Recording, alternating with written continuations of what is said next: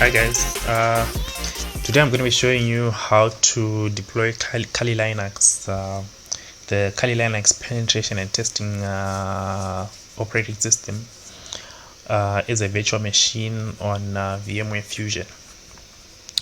So VMware Fusion is actually a well-known virtualization software that is widely used by Mac users. So if you've got a Mac, I'm going to show you, basically I'm actually going to show you how to set up Kali Linux on a Mac using VMware Fusion. So basically you might want to do this if you are interested in learning how to hack systems, or what they call white collar hackers these days, or if you are pursuing a course or a certification program in ethical hacking and penetration testing, or if you just have a side project that you're working on that involves some form of hacking or penetration testing. You don't have to go out to buy a separate computer for that, but you can actually install Kali Linux on the computer that you have at home or on hand at the current moment. Okay, so I've got my browser open here and I've searched for Kali Linux, and we're going to open the Kali Linux website, and right off the bat you'll see there's a download option at the top of the page basically. So click on download, and we should be redirected to the Kali Linux. It's actually called the Get Kali page. Okay, so there's options that you can choose. You can either choose to download the Kali Linux dist image file, or you can download Kali as a VM. So I'm just going to choose the disk image file option actually, because usually if you download it as a VM, the file size is usually larger. Let me just check how big it is. Okay, so click on bare metal, and then just continue scrolling down, and then okay, so you choose the 64-bit installer. As you can see where I'm hovering my mouse, you just click on the download file to start the download process. So you'll notice the ISO image file is just about 2.9 gigs for you to download the Kali Linux ISO file. Let me check how big the virtual machine is.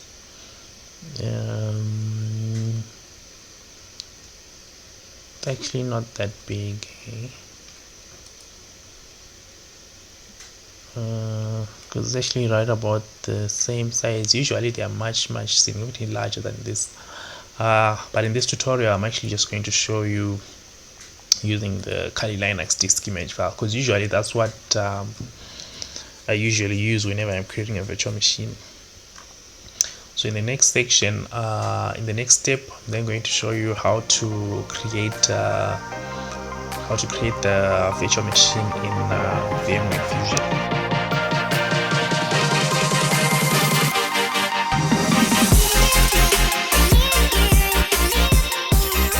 Okay, so the next thing I'm going to do is to open VMware Fusion. So once VMware Fusion is open, click on the plus button at the top left corner and click on new. Okay, so you'll see a virtual machine creation wizard opening, and then on the select installation method, choose the create a custom virtual machine option, and then click on continue. Okay, so we're going to choose Linux, and then we're going to choose let me see here, it should be Debian actually. So I'm just going to choose the latest version of Debian, which is Debian 9, and then click on continue. And then on the next thing is to choose the firmware type. So I'm going to select legacy BIOS and click on continue. Okay, so the next thing is to choose a virtual hard disk. So since this is a new virtual machine, click on the create a new virtual hard disk option, and then click on continue. If you want to change this side, you can actually do it once you complete this virtual machine creation wizard. Then on the finish page, this is where you can then customize the virtual machine. So you can see here there's a virtual machine summary that is displayed, showing you the OS type, the hard disk, the amount of memory allocated to this VM, the network configuration, as well as any additional devices that are attached to this VM. So click on the customize settings button, and then we're going to change the name. We're going to call it Kali VM, and then click on save. Okay, but we want to increase the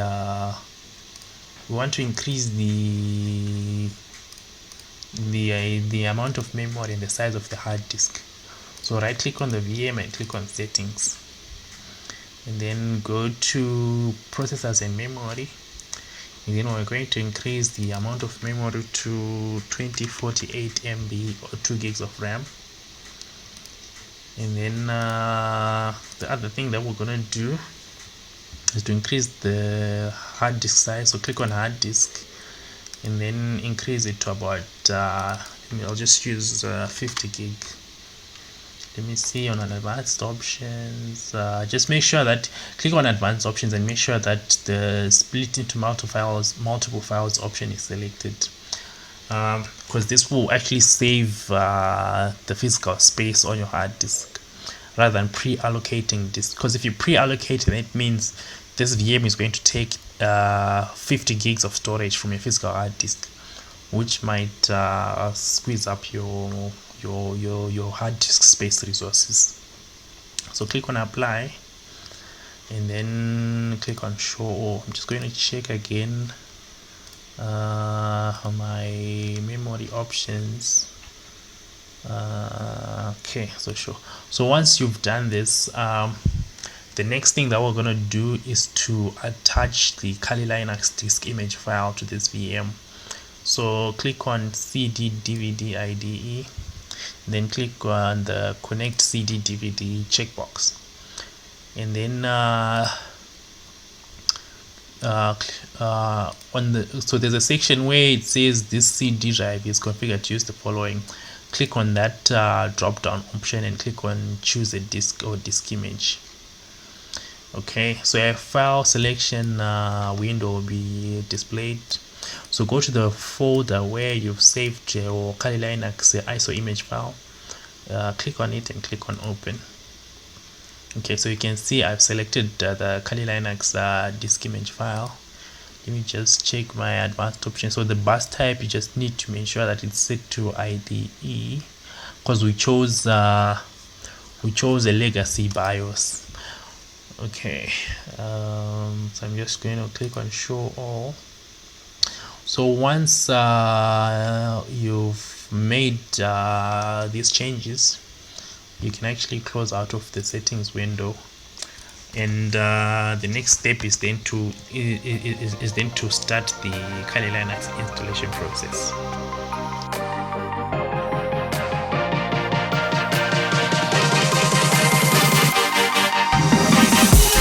Okay, so what we're going to do now is to start the virtual machine to kickstart the installation process. So right click on the VM and click on startup.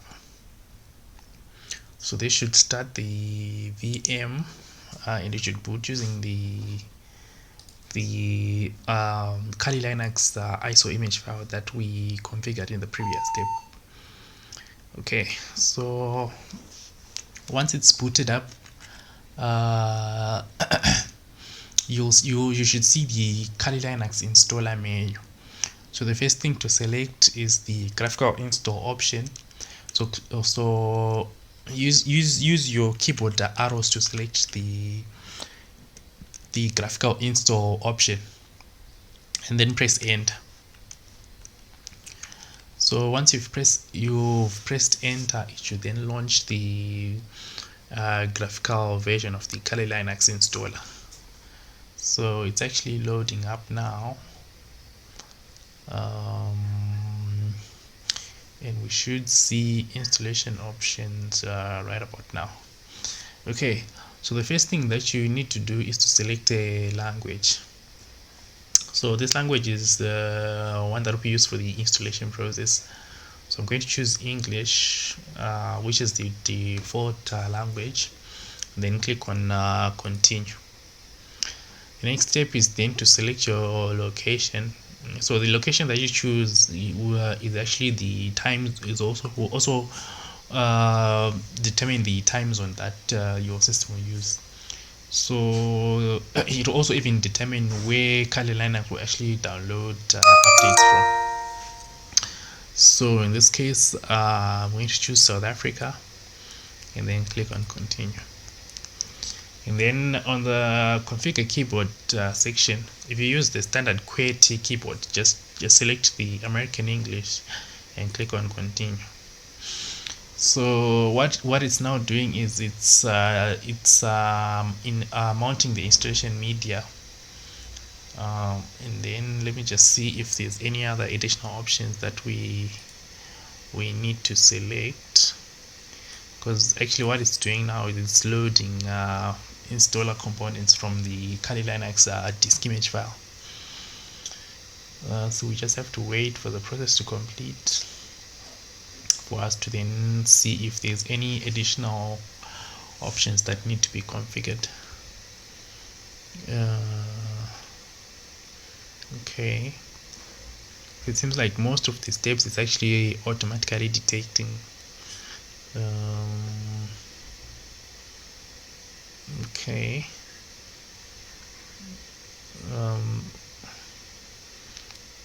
So the installer is configuring the network. I just want to see if there's any other option that needs to be, okay, so we need to configure a host name. So I'm gonna name this you can give it any host name. So I'm going to name it my first Kali VM. Okay, and then click on continue. And then you can even configure your own if you've got a domain name. I've got one, it's billysoftacademy.com. academy.com. Okay, and click on continue. So the next thing is to configure a username. I'm going to try to use administrator. Let me see if that's going to work. Then click on continue again, and then I'm going to type in a good password in this step. Let me repeat the password again. Okay, so if your passwords don't match, the Kali Linux installer will actually tell you here that the passwords aren't matching, but if they are matched, you won't see any error messages. So just click on continue to proceed to the next step. So what's happening now is Kali is setting the system clock. It actually determines your network and time zone configuration from the closest NTP server. That's if your VM is actually attached to an internet-facing interface. So the next thing is to configure disk partitioning. So I'm going to choose guided, use the entire disk and set LVM, then click on continue. So it's now showing us the disk that it's going to install Kali Linux on, which is the virtual hard disk that we created in the previous step. So click on continue, and then usually I recommend that you leave this option as it is, then you click on continue, and then click on yes, then click on continue, then click on continue again to partition the virtual hard disk, then click on yes again, then click on continue. So basically, we're just using the default settings for this installation. So what's happening now is Kali Linux is now installing the system, which is a process that can take a while. So once it's done, I'm going to come back in again, and then we're going to actually we're going to proceed to the next step now, which is completing the Kali Linux post installation setup process.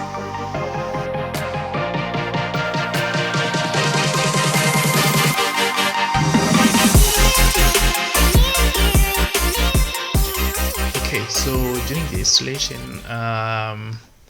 the Kali Linux installer will actually ask you to make some selections as to the desktop environment that you would like, and a few other options. So, for example, if you prefer to use the KDE Plasma desktop instead of XFCE,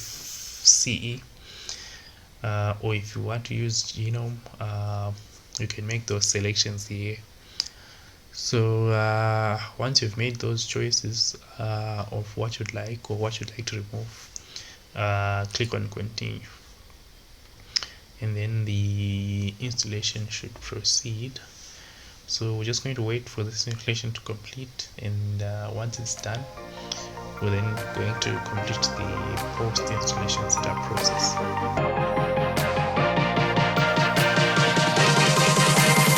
So when the installation is about to complete, you'll actually be asked to install the Grub bootloader.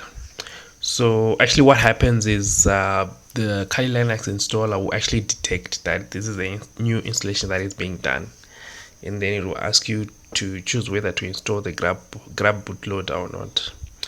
So usually it's set to yes actually, so you just have to leave it on the yes option, and then you click on continue. Next you'll need to select the device where the Grub bootloader needs to be installed.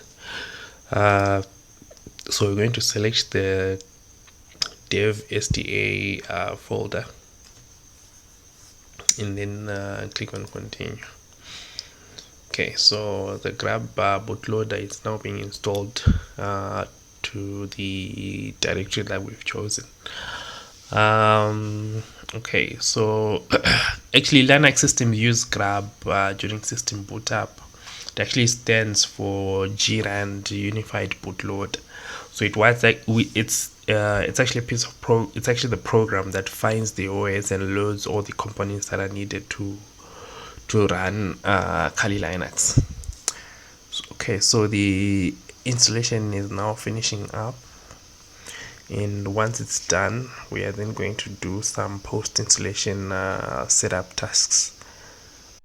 Okay, so once the installation is complete, the virtual machine installation process is complete, all you have to do is to reboot or restart the VM, and once it finishes restarting, you'll be presented with a login screen that looks like what I have on my screen right now.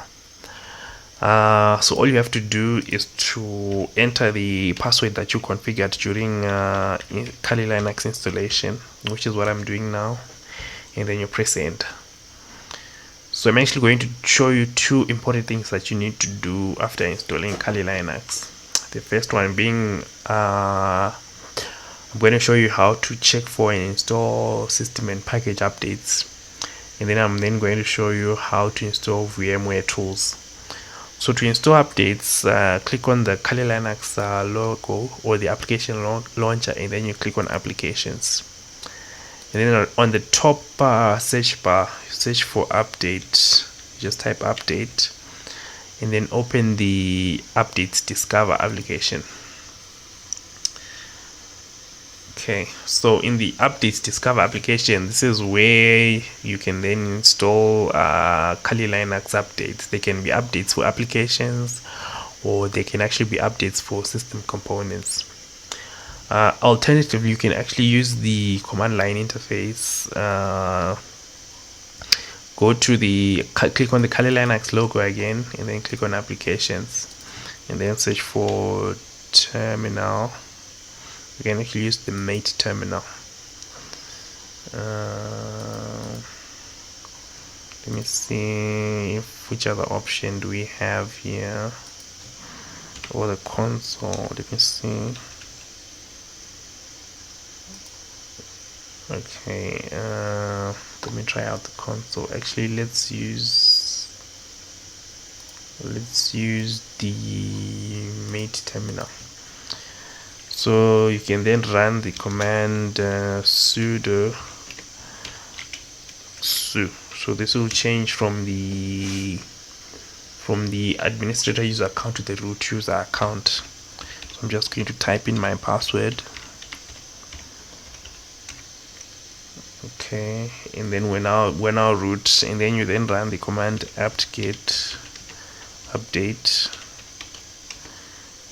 ampersand apt-get upgrade. Because this is a Debian based system, this command should work.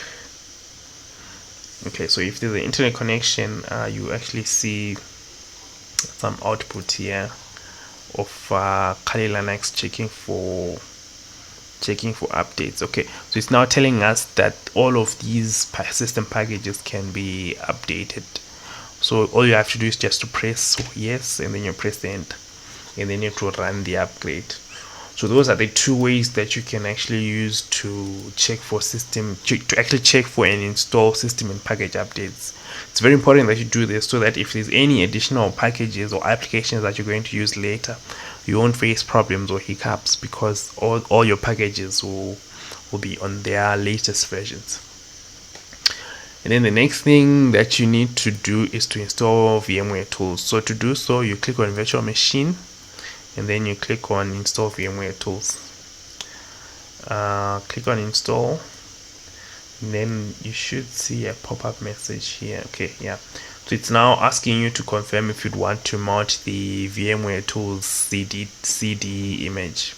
So click on mount, and then I'm then going to open the CD drive. Okay, so I'm going to copy this file actually, and then I'm going to paste it on the desktop. So it's copying now. Okay, so once it's copied, I'm then going to extract the files. Let me see if I can actually extract, because I want to extract, not to load the archive.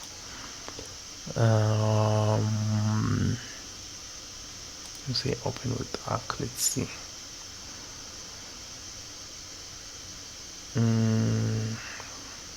It's actually not, let me see, it's actually not doing. Okay, yeah, okay, so actually I'm going to open it, and then right click once you've opened it, and then you click extract. You can actually choose extract to, and then we're going to extract to the downloads folder. Then we're going to name it VMware tools, and then extract. So it's extracting the files. Okay, so the extraction is complete, and then go to the downloads folder, and then right click on an empty space, and then click on open terminal here. So it's going to open the terminal, and then again sudo su to change to the root user. Okay, and then going to type in my password.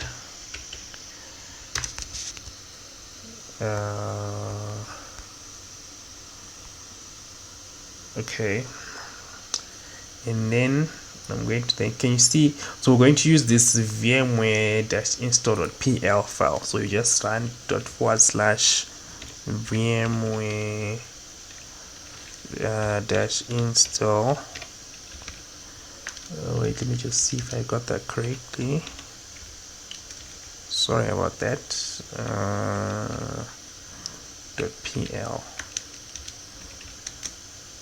Okay. Okay, so it started the installation, but in my case, I actually did the installation earlier on, so the installer has detected that an existing installation of OpenVMware tools is already installed. So from here on, if but in your case, if the VMware tools aren't installed, you can click, if you can just type in yes to proceed with the installation. But in my case, I'm going to say no because I already installed VMware tools on my system, on my virtual machine. So basically, folks, this is how you set up Kali Linux to run as a virtual machine on your Mac, and also that's how you check for and install updates, as well as installing VMware tools for Kali. So I hope this tutorial has been informative for you, and I'd like to thank you for viewing.